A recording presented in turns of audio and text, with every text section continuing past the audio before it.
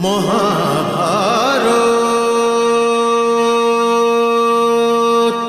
ত্রিগর্ত দেশে সুশর্মা সেনা নিয়ে এসেছিলেন আর গোপালকদের হত্যা করে আমাদের গরুগুলো হাঁকিয়ে নিয়ে গেছেন। এক কিচকের না থাকাতে সুশর্মা এতটা সাহস হয়ে গেছে? ও কি এটা ভাবতে শুরু করেছে মৎস্য দেশে ক্ষত্রিয় বাস করে না? আমাদের রথ তৈরি করা হোক। যথাজ্ঞা।